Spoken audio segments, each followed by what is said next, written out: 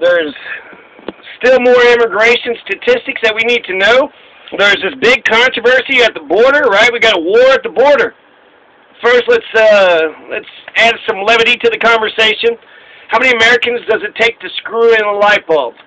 None, because they're too busy killing Guatemalan kids at the border.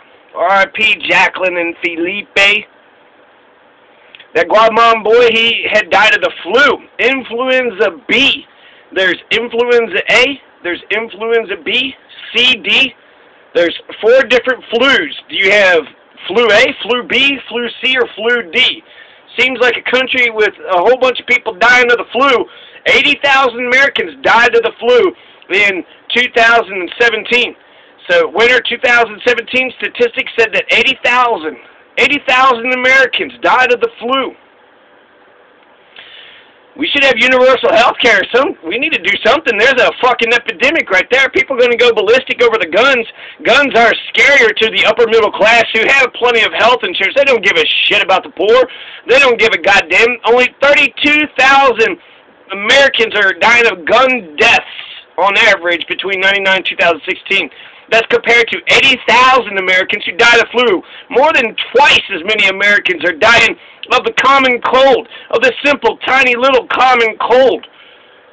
So that's something we need to pay attention to. If Americans are dying of the flu, is it a big shocker that migrants, the children of migrants, are dying too? So let's go up here to the top. Speaking of killing brown people, 3,000 dead Puerto Ricans had died from Hurricane Maria. Before they said it was like 16. No, 3,000. 3,000 Puerto Ricans died.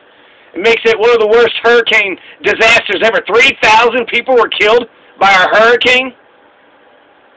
So, you know, this policy of shooting, killing brown people, whether it's in Iraq, Afghanistan, whether it's in Syria, that's going to go on for another 6 months, whether it's in Africa, whether it's on the border. Donald is killing kids on the border now. He's basically we have a commander-in-chief, Donald Jennifer Trump, going down to the border, and he's basically just taking those kids and he's strangling them by hand. He's basically, literally, metaphorically doing that. 2 Guatemalan kids during his shutdown of Homeland Security, which needs to be shut down. Homeland Security is the one that's doing it, that Kirsten Jill said she goes and eats at Mexican restaurants while sitting there separating families, putting kids into cages. Zero tolerance policy is the reason why these kids are dying. It's because of the policies. Because of the policies of the Republicans and Donald Trump. The Democrats are somewhat to blame, but the Democrats have very far right-wing policies. So because the Democrats are far right-wing, that's why Donald Trump thinks he could be very far right-wing. In fact, Donald Trump goes to court and he argues that he's allowed to be at least as cruel as the Barack Obama administration. So we're going to talk about statistics. We're going to talk about numbers. Barack Obama is the deporter-in-chief because Barack Obama went ahead and deported 2.5 million illegal, undocumented aliens, whatever you want to call them. Essentially Mexican, brown-skinned, illegal, undocumented people. He went ahead and sent 2.5 million of them packing, sent 2.5 million of them home. So that's Barack Hussein Obama. He's the deporter-in-chief. Can you name a single president that sent more people back home, deported more? No, you cannot. So he's the #1 president. You cannot name one other president in American history who deported more people than Barack Obama.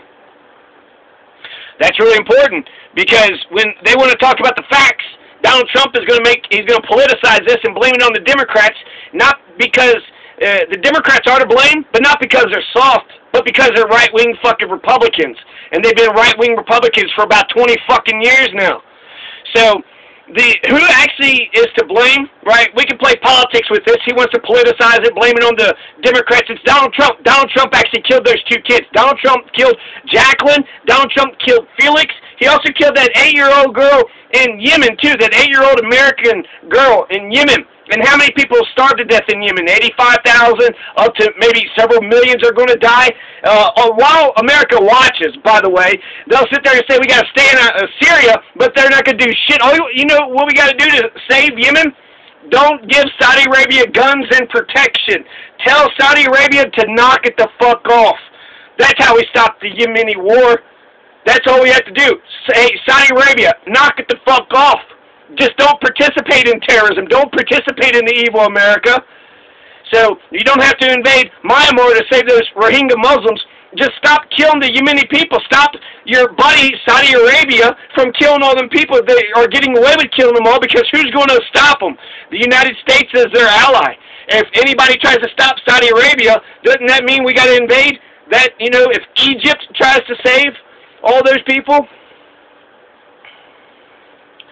So real fast, who's actually to blame for this tragedy, for Jacqueline's death?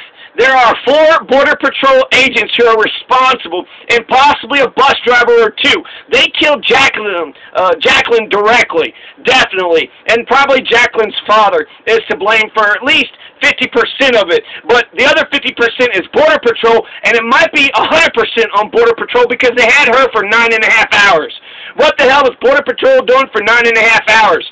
And what are they? Are Republicans? Are they Democrats? He wants to sit there and say it's the Democrats' fault. Let's actually find out if these are Republicans and Democrats. We need to know testimonies from every single one of these people, and we need to know every single hour. There was 9.5 hours.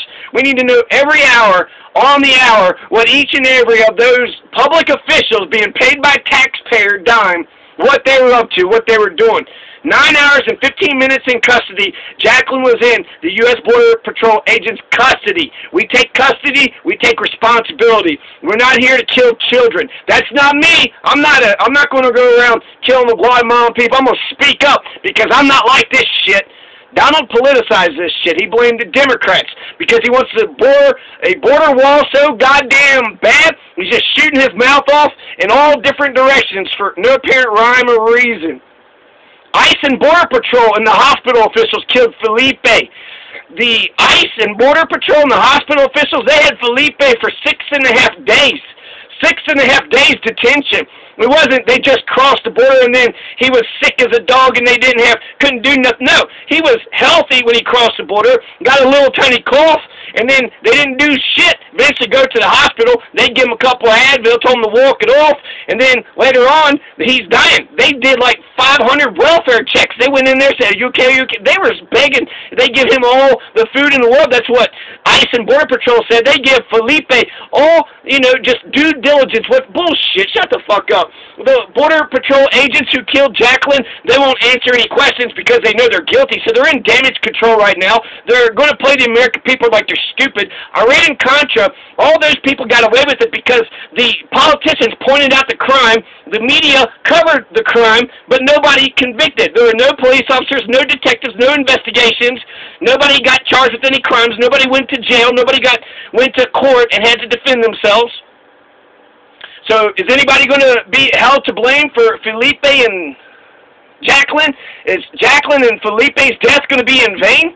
This is bullshit. They were 7 years old, 7 and 8 years old.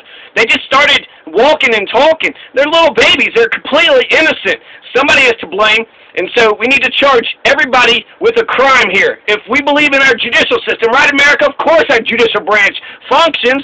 Of course it works properly. So let's go ahead and charge everybody that's associated with the deaths of Felipe and Jacqueline with the crime of involuntary manslaughter and first-degree murder. They probably didn't directly kill them, though I can't be for sure of that. They definitely indirectly killed them. So who's to blame? Who's to blame? Is it the Republicans or the Democrats? Well, both of them, in terms of policy, Democrats are right-wing Republicans fucking over the refugees. They're the deporters-in-chief. They're deporting 2.5 million people. The Trump administration could barely catch up to the Barack Obama administration. So even though Trump is going to get tough on immigration, immigration had already gotten tough on. The Democrats had already got tough upon immigration. So Felipe's father is not to blame. The only people that's to blame for Felipe's death are the hospital officials, perhaps the transporters, those who drove Felipe and his father back and forth from the hospitals into the Border Patrol, into the ICE station, into this station, into that station, to one prison dungeon after another. So the transporters, the hospital workers, Border Patrol, ICE, U.S. officials, U.S. public officials are to blame. Not Felipe's father, not in the least. Jacqueline's father, 50%, perhaps. We haven't got the autopsy report. Was she dehydrated before she got to the border or after she got to the border? That's the question for Jacqueline's father. For the 4 Border Patrol agents and possibly a bus driver or 2, they killed Jacqueline definitely. 50% to 100%.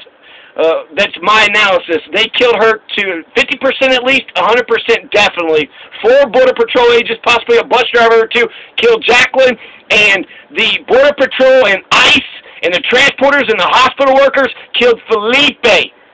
So he wants to sit there and say what? That they are totally sick and dying before they even got to the border? Nah. ICE and Border Patrol and the hospital officials killed Felipe, and the Border Patrol agents and the bus drivers killed Jacqueline. Get the fuck out of here, man. He was in, Felipe, 6.5 days that he was in our custody. 6.5 days, he dies of the little common flu, the seasonal flu A and B. The H3N2 was an influenza A strain, but he didn't die of the A flu. He died of the B flu, influenza B. So there's A, B, C, and D. Seasonal flus are A and B. So for a seasonal flu, a tiny little common cold, Felipe died, and then Jacqueline died of dehydration. I mean, I've been thirsty before, but I've never been so goddamn thirsty I died from it. So, last year, just to talk about the statistics, life statistics in the United States, 185 pediatric deaths are attributed to the flu or pneumonia for babies. 185 babies were killed by the flu or pneumonia last year. Total, 80,000 Americans died of the flu. 80,000 Americans, which is more than gun deaths and traffic accidents and opioid overdoses. The flu epidemic, Americans dying of the common cold, is way bigger than traffic accidents, opioid overdoses, and gun deaths. In mild flu seasons, you'll have 12,000 people who die. In harsh flu seasons, you'll have 56,000 people who died. 80,000 Americans died of the flu last year, 2017. That's when the H3N2 was making their wave. 80,000 Americans. Okay, so 32,000 Americans died of gun deaths on average. The 10 leading causes of death account for 74% of all the deaths in the U.S. in 2016. 11% flu and pneumonia, 9.7% unintentional injuries, 3.1% Alzheimer's disease, 2.4% chronic lower respiratory disease, 2.2% kidney disease, 1.8% heart disease, 1.7% cancer, 1.5% suicide, 1.4% diabetes, 0.8% stroke. That's what people are dying of. People are dying of health issues, cancer, kidney, heart diseases, suicide. Suicide can be prevented, right? Hey, just love yourself. Diabetes, stroke, flu, pneumonia, unintentional injuries, I don't know, is that fighting or gunshots, Alzheimer's diseases, chronic lower respiratory disease. So lots of health stuff, lots of health diseases. It almost seems like just cut out 2 of those, right? Just cut out suicide, cut out unintentional injuries, and then you just eliminate 10%. So over 60% of all deaths in the U.S. are health-related. Yeah, we need some universal health care, you pieces of shit. So Colleen Kraft, she's been making a big stink. Colleen Kraft, learn her name. She's the president of the American Academy of Pediatrics. So she says that you need pediatricians on the border to give the analysis that we need to check out these kids to make sure they're not going to die of dehydration.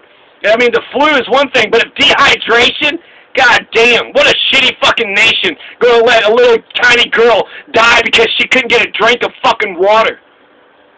Kevin McAleen reached out to Colleen Kraft. Kirsten Nielsen, she never did that.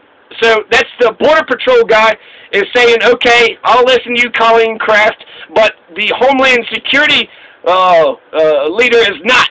Nope, she's not going to do shit about it. So Colleen Kraft is great. Kevin McAleen seems to be evolving. Kirsten Nielsen is not evolving. That ICE guy is a piece of shit. That ICE guy is sitting there saying that the liberal politicians in these so-called sanctuary cities need to be prosecuted because they're allowing illegal immigration happening in their own towns. There is one crazy Supreme Court decision that says you can't deny illegal immigrants of health care or driver's licenses. It's a Supreme Court case. That's what I've read. But I don't know a ton about that. But that's that seems crazy to me. But you have to take care of anybody who's not, if you're in this country illegally, I don't know. I mean, we don't have to be mean to you, but to say that we have to give our services to you, no, we don't. So, 6 states that are home to the most unauthorized population. In 2014, most of the illegal immigrants, the undocumented illegal aliens, 21% of them lived in California, 15% of them live in Texas, 8% of them live in Florida, 7% New York, 5% New Jersey, and 4% in Illinois. The total amount, the U.S. states with the most immigrants, illegal immigrants, the Californians have 11 million. No, wait. That's the most foreign-born, not illegal immigrants. So let me back up a little bit. Mexican immigrants, I'm going to just go with the statistics at the top here. I got some other things here that essentially are saying that most of the immigrants are in those 6 states. One has New Jersey and one doesn't have Illinois, so Illinois and New Jersey seems to be battling it out. But there's a mixture between the foreign-born and the illegals. We have 11 million illegals, okay? So there's 11 million illegal aliens that live in our country. But there's 44 million foreign-born people, so there's 30-something million legal immigrants. We got 30 million legal immigrants in here. So I want to make sure that that distinction is important. It's okay if you're born in another country, if you've gone through the right process and you went ahead and gone to the State Department, Homeland Security, applied for your, visa and green card and whatever the fuck you had to do. So California has 11 million immigrants, Texas has 5 million immigrants, New York has 5 million immigrants, Florida's got 4 million immigrants, New Jersey's got 2 million immigrants. The Mexican immigrants are mostly in the west and the southwest. More than half live in Texas or California. So Mexican immigrants, we're just going to say of all stripes, legal and non-legal. 37% of the Mexican immigrants are in California, 22% Texas, 6% Illinois, 4% Arizona, 2% Florida. And Illinois and New Jersey keep swapping off. So essentially 6 American states. Only a few states can bitch about illegal immigration. New Mexico is basically a desert. I don't hear anything. I mean, New Mexico doesn't even make the top 6, and New Mexico's right there at the border. California's taking all the immigrants. Texas is taking a shit ton. New York is taking a shit ton. So I guess they're going to the big cities. Illinois, Florida, you got all the Caribbean immigrants. New Jersey. So, guys, they're going to New Jersey, New York, Florida, California, Texas, Illinois. If you really want to stop illegal immigration, you don't even have to put the wall at the border. Just put the wall around those states. Desperate times call for desperate measures. Right now, it's a war at the border, at immigration. We got this big old war. Grenada's going to invade us at any moment. I know Grenada's going to invade us. I know it. Just like the Gipper, I can tell these things. Just like old Ronnie Reagan, who thought that Osama bin Laden was a freedom fighter and Nelson Mandela was a terrorist. Good old Ronnie Reagan. So only a few states can bitch about illegal Mexican immigrants. Get rid of those top 6 states. Just go ahead and convince them to secede. Get the hell out of here. I mean, do we really need New Jersey, Florida, Arizona? If you want to stop illegal immigrants from going to your state, just put a wall around those 6 states. It's up to Oklahoma to save the rest of the Midwest, the heartland of the U.S. So Oklahoma, you need to start building a wall and keep them goddamn Texas immigrants from going into Oklahoma and then poisoning the rest of America. In Kentucky, the illegal immigrants, or the legal, both legal and illegal tobacco workers, they were doing the hard labor that many white people don't want to do. So, tobacco workers, that's who you're afraid of. You're going to blame all the world's problems on a few brown-skinned people cutting tobacco? It's hard labor. Most whites would not do the hard labor. So, America is a very popular destination for the world's immigrants. 1/5 of the world's migrants, so 20%, come to the United States. They're not going to China and Russia and Brazil, so 20% are coming to America. Most are from, shithole countries, because if you got a great country, why would you leave it? If you love your country and you're happy, like Denmark, Sweden, Norway, they do not come here. Even if we let 1 million Norwegians in, we wouldn't get them. So I kind of like the idea of a quota system. In 1965, we had a quota system, but then they passed an immigration law, the Immigration Law of 1965, which undid the quota system. So the quota system just was a specific number of folks can come in from each country. So I think that's a good way to actually regulate the damn thing, but allow all the refugees and asylum seekers to come in. So have the refugee asylum seeker, if there's an emergency and they need to get to the border, that's one thing. But to, just sit there, I think by saying, this many from that country, that many from that, that's a good idea. I like it. I like that a lot. That sounds fair to me. Lindsey Graham had suggested exchanging DACA for a wall. I think it's a decent compromise. September 2016, there were 750,000 DACA recipients. So 752,000 DACA recipients, which means they were brought here as a kid. They went to our schools. They graduated, but they were brought here as children. So should they be allowed to stay? They're the dreamers, or should we ship them back? They were not born here. So everybody that's born here, all the anchor babies, without a doubt, every single anchor baby is an American citizen. Every nativist in America only became a citizen because they were born on this soil. The 14th Amendment says we have birthright citizenship. That's how it works. Those are our laws. So overall, in America, we have 325 million people. So 44 million immigrants, legal and illegal. Remember, we have 11 million illegal immigrants. So 44 million means we got 33 legal immigrants who live in the United States in 2016, which makes up 14% of our entire population. So there's 325 million people total, 44 million immigrants live in the U.S. In 2016, 1.5 million immigrants moved to the U.S., so it's only 1 million at a time, 1.5 million immigrants. Of those 1.5 million immigrants, 175,000 of them, and 100 were Indians, 160,000 and 200 were from China and Hong Kong, 150,400 were from Mexico, 54,700 were from Cuba, 46,600 from the Philippines, and then we also had some from El Salvador, Vietnam, South Korea, Dominican Republic, Guatemala. Few more Cubans recently, less Canadians. So again, the #1 immigrant group in 2016 are Indians from actual India, not American Indians, but Asian Indians. And then the next one is China and Hong Kong, 160,000, 150,000 Mexicans. So only 150,000 Mexicans immigrated in 2016. That's the big war on the border. That's the big immigration crisis. 150,000 Mexicans coming over. 54,700 Cuban. We're not talking about putting a wall around the Gulf of Mexico states. All those Cubans, how they getting here? Going up to Florida. What about a wall around the southern end of Florida? A lot of holes in the whole Mexican wall system. Cuba, 54,700 came in, and then Philippines, 46,000. So the female-to-male ratio is usually about 50%. Usually females are more, 51% or 52% or so. The median age of immigrants are 44 years of age. In 2016, 49% of the foreign-born of the 44 million total immigrants who live here, 21 million are naturalized, and therefore they are legal. So this is how it breaks down. The 44 million total immigrants, foreign-born people who live here, 21 million are naturalized. So they are just legal, but they're citizens.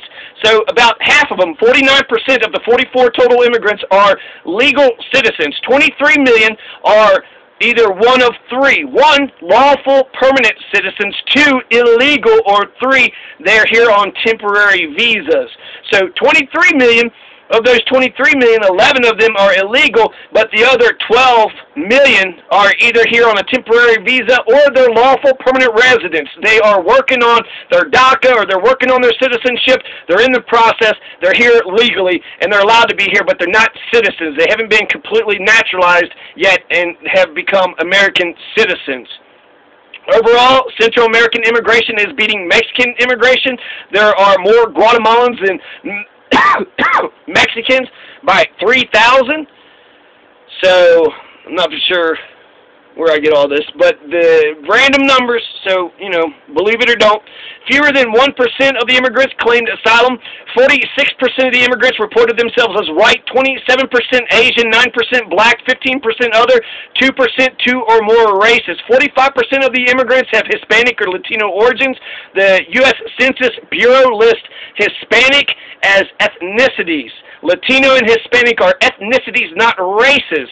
78% of the 5 and older speak English of the immigrants, of the remaining 22%. So most of the immigrants speak English. Actually, more immigrants speak English than the total amount of Americans who speak English.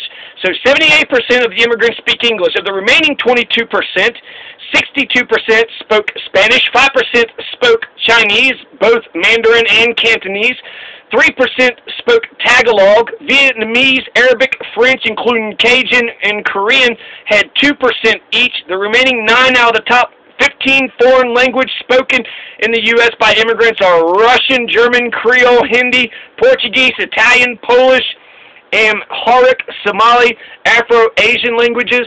They all make up 1% apiece. So again, of the 22% immigrants who are not speaking our language, 62% are Spanish, 5% are Chinese, both Mandarin and Cantonese, 3% Tagalog, 2% Vietnamese, Arabic, French, including Cajun and Korean. Then the remaining 9 out of the top 15 foreign languages each have 1% Russia, German, Creole, Hindi, Portuguese, Italian, Polish, Amharic, Somali, Afro-Asian languages. Now, we get 25,000 families in both October 2018 and November 2018, so 25,000 families crossed over illegally. 25,000 families, it's a lot if that's how many people you invited to your house party, but crossing the border, 25,000, that sounds very manageable. Bolivia's immigration policies, they have 27,000 foreign-born Argentinians, 14,000 Brazilians, 9,000 Mexicans, 9,000 Peruvians, 5,600 Spanish, 4,100 Chileans, and then 3,200 Americans. So Bolivia's got some immigration, policies too. So to compare and contrast, there's 3,200 Americans in Bolivia and 4 Bolivians in America. I don't know how many Bolivia, but Bolivia is not a problem, right? Nobody says, oh my God, the Bolivians have got to stop sending their people here.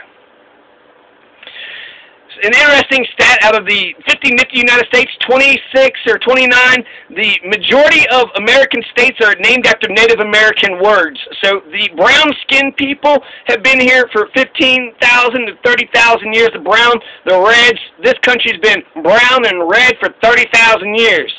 So it's not just one color, it's many colors, it's all the colors that humanity can produce. So again, I'm going to repeat some of these statistics, but I just got them from 2 different sources, so we're cross-sourcing here. So there's 43.3 million, 44 million foreign-born people, about 14% of the 325 million total. 21 million were naturalized, 23 million are non-citizens. Of the 23 million non-citizens, 13 million are lawful residents, but 11 million are illegal, authorized, and undocumented non-American aliens. But Riley was against sending all 11 million illegal, unauthorized, undocumented, non-American aliens, human beings, he didn't want them to be rounded up into trains because that looks too much like Nazi Germany. So I think O'Reilly thought that with the 11 million illegals that are already here, you're going to have to give them amnesty. And then out of the 23 million non-citizens, 1.7 million hold temporary visas. So there's about 2 million immigrants that got temporary visas. They're tourists. They can come here and look at stuff, and then they got to go back. A lot of those people stay, so that's how a lot of people are getting in here.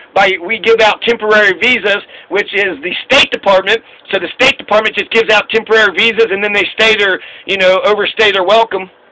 But of the actual illegal, unauthorized, undocumented, non-American aliens we need to think about is the 11 million that are illegal. You have to somehow get them legalized. You got to get them into the system. You got to deport them, or you got to make them citizens.